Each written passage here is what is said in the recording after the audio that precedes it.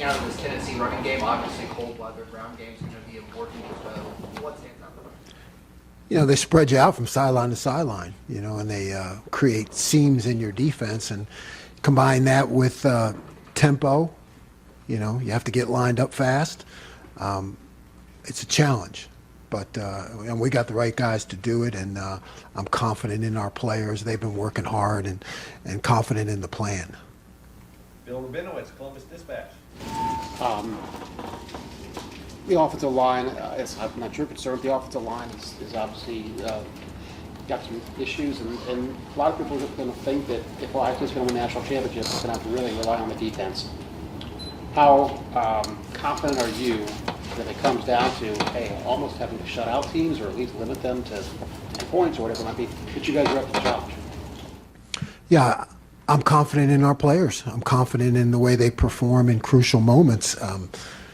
Never put a limit on it, or we have to do this or that. Always confident in our team and all the members of our team, but also willing to wear that that defense can win. That we can win the game on defense. That's everything that I've been working on since I've gotten here, and I know there have been times that we have done that. So. We have a history of it. The guys know they can do it, and I think they take pride in that. That if it comes to the defense winning, then that's what we have to do. We got to do our job for the team, for the program, for the fans. We got to do our job. So take everything else out of it. Like you said, it doesn't matter what else happens. We have to do our job. Over to the left. Oh, go ahead. This time, yes.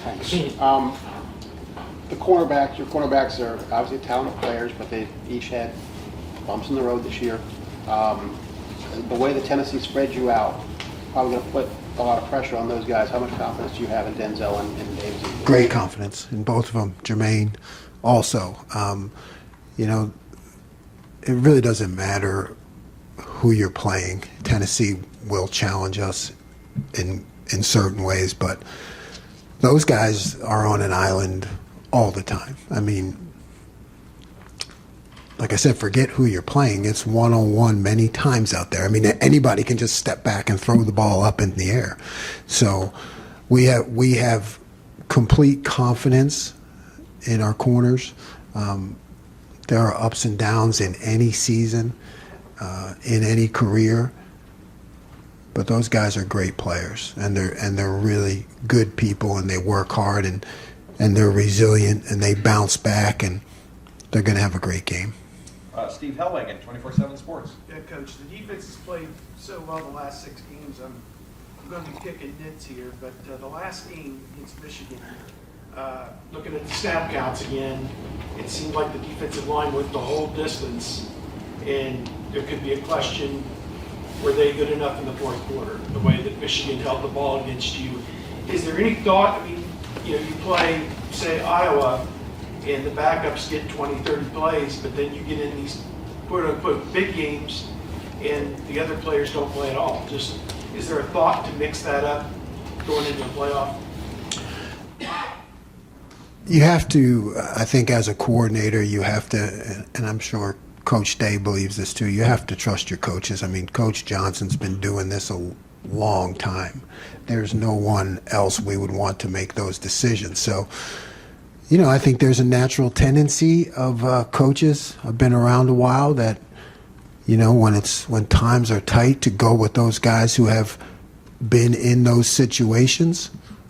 We'd always like to play as many guys as possible, but those decisions happen at the moment, and I know, and I think everybody in this room and all our fans know that Coach Jay is going to make the best decisions for the team and the program. Austin Ward, podcast. You were talking earlier about the defense doing their job and doing enough to win. I'm sure that they felt in the game that you all did enough on that side of the ball to win the game. Have you? Did we win? Did not. Then we did. So they, they don't feel that way? No, I mean, it's that simple. I mean, this is a team game. It's the greatest team sport there is, and if it takes 3-0, it's 3-0. I mean, we have to look at it and always strive for perfection. Every game's different, right? So you're not going to walk away from a game in this sport, at this level and say, well, we did our job.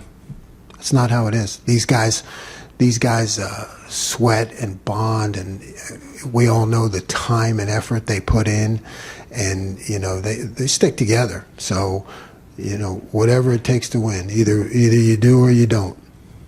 There were plays that we could have made. There were, and our guys would tell you that. Fourth row right, Stefan Kreisnick, Cleveland.com.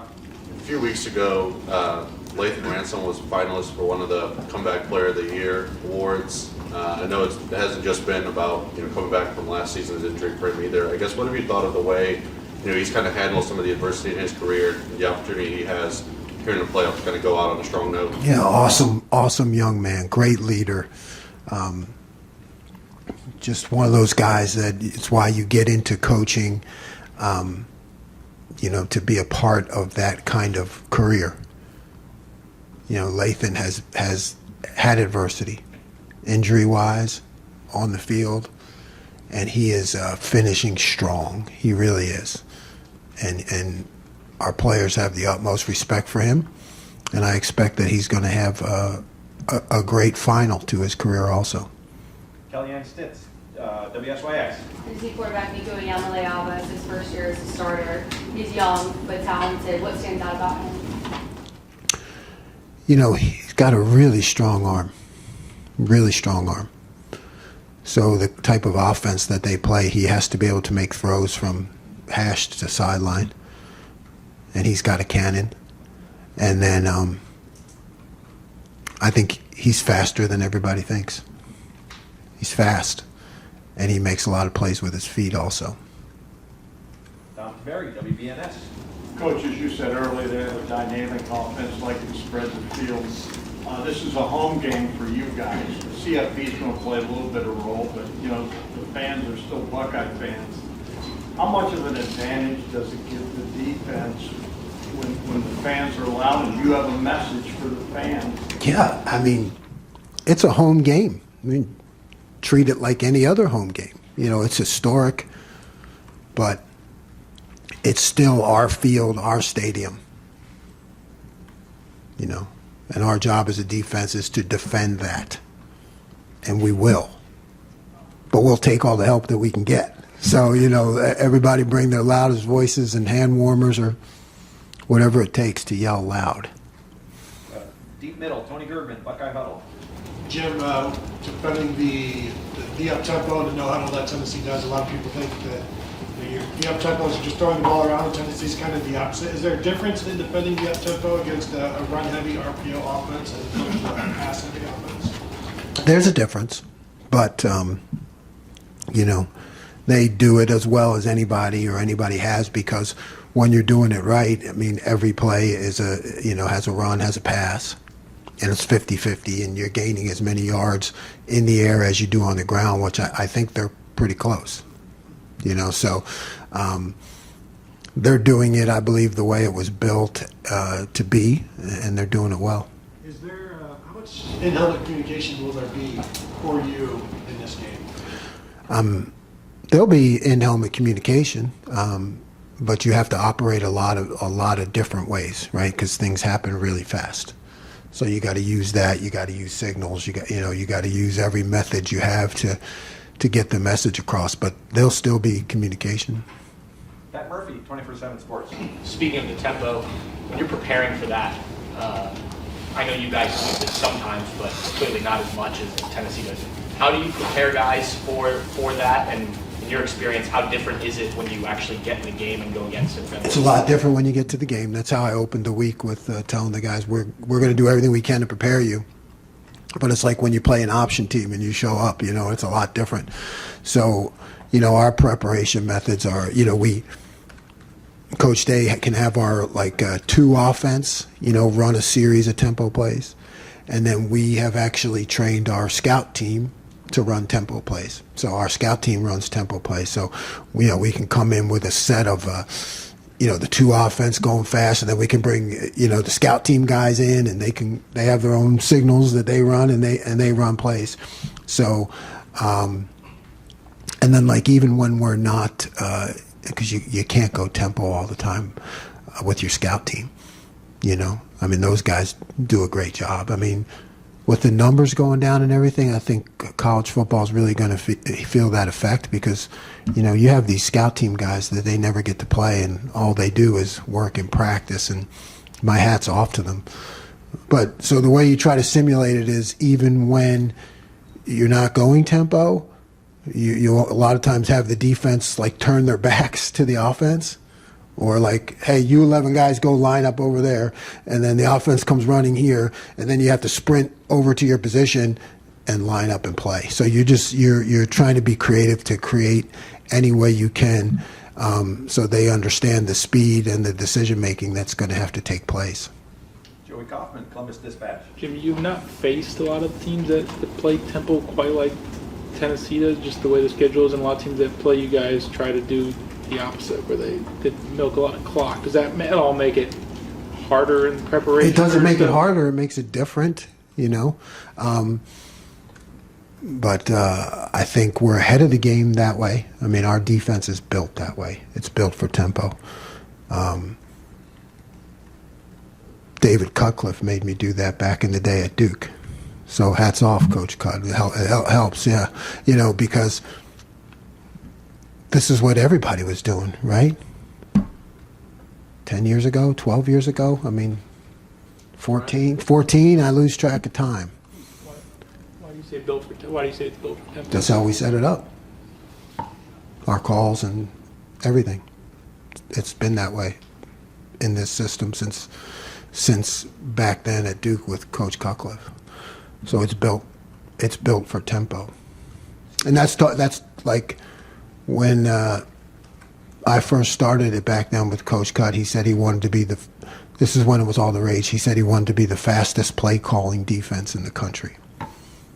That's what we are. We've remained that way. We're the fastest play calling defense in the country. That's the way you signal in the play. It's the way we do it. Steven Means, Cleveland.com. That was an interesting footnote. After the Oregon game, I think that's the only team to that point that's really played at this level of tempo that you guys have faced this year. When you first got here, there was maybe an adjustment period to calling defenses in the Big Ten, and it seems to be more like what your background. What were those conversations like with Ryan Day? Just take us through those 2 weeks of essentially kind of revamping the defense a little bit in a way that's not only gotten back to what you were before you got here, but maybe also helped set you up for what could be coming on Saturday. Yeah. What are we doing wrong? How do we get better? How do we put the players in better position?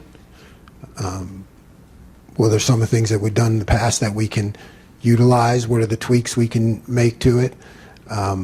What do our guys do well? What do they struggle with? All those things, and it was a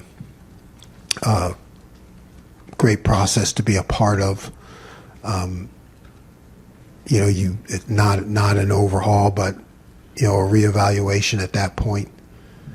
That game was not what we wanted it to be, so we had to take a look at ourselves. And like I said, it's about winning. So when we don't, and we don't play well enough, we got to take a look at that. There were things that you guys tried over the past month before Indiana and Michigan that maybe could work in a game like this, like the Jack. Is that something, that you've had time to maybe prepare for stuff? Could we see the Jack in this game, or are there other things that maybe you tested throughout the last month that maybe you were thinking with this type of game in mind that you could use? No comment. Rob Aller, Columbus Dispatch. Yeah, Jim, following up on Austin's earlier question, when the defense plays well enough to win, when you don't win, there's got to be frustration that builds up. Who says we played well enough to win if we don't win? That's my point. That's my point. You play very well, the offense maybe doesn't play as well. There's got to be frustration. I would think beyond the X's and O's of coaching, working through that frustration with your unit, that side of the ball, how do you keep that from sort of splintering? I know you've talked about team? Well, you got to have a good team. You got to have good leaders, number one, right? We're only going to talk about, hey, what did we do well? What can we do better? Here are the plays we made. Here are the plays we didn't make. You know, how do we get better and improve? And we're also going to talk about, hey, you remember, you know, we had a game that wasn't so good this year. You remember how that felt? When everybody was pointing a finger at you? And they can nod their head and say, yeah. I said, well, go pick up one of your offensive buddies then. That's what you do. You know, you've been there. So go lift up somebody else. Bill Landis, Kings of the North. Jim, I think earlier this year, Josh Heupel kind of pushed back on the notion that they're an air raid offense because of how well they run the ball and how often they run the ball. What is your view on that? And I'm wondering, like, if you have any unique perspective, given your time in the Big 12 and how familiar this might be. Yeah, I mean, there are certain labels, but I remember, like, even the air, I don't know. What's air raid? You know what I mean? It's like, I don't know. Is that Mike Leach or? Because there's Art Briles. I mean, they used to. Remember, didn't they have like that big tight end guy who was like 350 pounds, Art Briles, and they would run they would hit you hard with the run. So, you know, I think you throw out all the labels, you just look at what's on the tape, and you see that they run the ball as well as they throw it. Jeremy Birmingham, podcast. Jim, obviously, when you get extra time to prepare for one opponent, I mean, it's never a bad thing to have more time, but is there a risk of, like, focusing too much on certain things they do, or how do you balance between what Tennessee does well, what you think they might do, what they haven't shown, heading into a week like this? Isn't that the process, right? And you're right. A little extra time is good. Too much time. I ran into JT in the halls last night. He said, when are you getting out of here? I said, yeah, I need to get out of here because I'm just going to screw it up at this point. You know what I mean? So, sometimes you sit around long enough and things start to look good and you realize, that's not good. You know, I had that idea 10 days ago. It didn't work. So you're right. I mean, at some point you just have to say, so you kind of go through the first week and then you tweak that. You know, you tweak that first week, and then after that, you know, this is what we got. Folks, apologize. I got players waiting. One more. Tim May, Letterman Road. Then we're going to get some players in here. Yeah, just two quickies. Number one, when you're prepping for a team like this, you haven't played them. Do you spend a lot of more time? Maybe you don't even do this on the way Arkansas played these guys, especially in the second half. The way Georgia shut them down in the second half. You understand what I'm saying? Oh yeah, you do that all the time. Yeah. And you're right, with a little extra time, it's always good.